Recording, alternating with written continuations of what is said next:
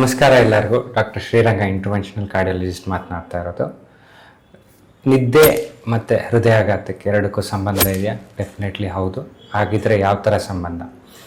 Regular ಆಗಿ ನಿದ್ದೆ ಅಂದ್ಬಿಟ್ಟು 4 ಸ್ಟೇಜಲ್ಲಿ ಆಗುತ್ತೆ. 3 NREM ಅಂತ ಹೇಳ್ತೀವಿ, ನಾನ್ ರ್ಯಾಪಿಡ್ ಐ ಮೂಮೆಂಟ್ ಸ್ಲೀಪ್ ಅಂತ, ಒಂದು ರ್ಯಾಪಿಡ್ ಐ ಮೂಮೆಂಟ್ ಸ್ಲೀಪ್ ಅಂತ. ನಾನ್ ರ್ಯಾಪಿಡ್ ಐ ಮೂಮೆಂಟ್ ಸ್ಲೀಪಲ್ಲಿ 3 ಸ್ಟೇಜ್ ಬರುತ್ತೆ. ಒಂದು ಲೈಟಾಗಿ, ಇನ್ನೆರಡು ಡೀಪ್ ಸ್ಲೀಪ್ಸ್ ಬರುತ್ತೆ. ನಾನ್ ರ್ಯಾಪಿಡ್ ಐ ಮೂಮೆಂಟ್ ಸ್ಲೀಪ್ ಅಂದರೆ ಕಣ್ಗಳು ಅಲ್ಲಾಡ್ತಾ ಇರಲ್ಲ, ಪೇಷಂಟ್ ಡೀಪಾಗಿ ನಿದ್ದೆ ಹೋಗೋಂಥ ಪಾಸಿಬಿಲಿಟೀಸ್ ಇರುತ್ತೆ. ರ್ಯಾಪಿಡ್ ಐ ಮೂಮೆಂಟ್ ಸ್ಲೀಪ್ ಅಂತ ಅಂದರೆ ಅವ್ರ ಕಣ್ಗಳು ಅಲ್ಲಾಡ್ತಾ ಇರುತ್ತೆ, ಪೇಷಂಟು ಕೈ ಕಾಲು ಅಲ್ಲಾಡ್ತಾ ಇರಲ್ಲ.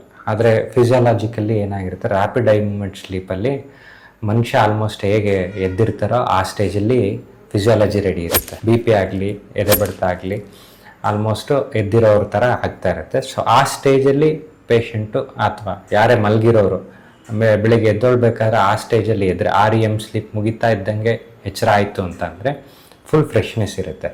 ಬಟ್ ಅದೇ NREM ಸ್ಲೀಪು, N3 ಅಂತ ಡೀಪ್ ಸ್ಲೀಪ್ ಅಂತ ಹೇಳ್ತೀವಿ, ಆ ಟೈಮಲ್ಲಿ ಏನಾದರೂ ನಿಮ್ಮನ್ನು ವೇಕಪ್ ಮಾಡಿದ್ರೆ ಆ ಮಂಪ್ರು ಕಂಡುಕೊಳ್ತದೆ.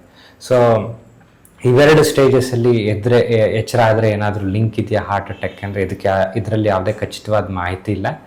ಬಟ್ ಏನಂದರೆ ಕೆಲವು ಪೇಷಂಟ್ಸಲ್ಲಿ ಸ್ಲೀಪ್ ಆ್ಯಪ್ನಿ ಅಂತ ಹೇಳ್ತೀವಿ, ಮಲಗಿದಾಗ ಉಸಿರು ಒಳಗಡೆ ತೊಗೊಳ್ಬೇಕಾದ್ರೆ ಉಸಿರು ಕಚ್ತಾ ಇರುತ್ತೆ, ಅವ್ರಿಗೆ ಗೊತ್ತೇ ಆಗಲ್ಲ.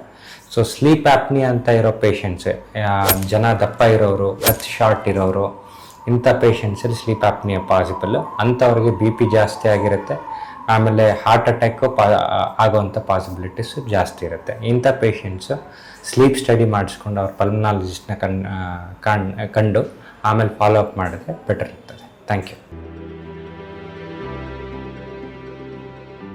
Dr. Sriranga and his team are here to support you every step of the way.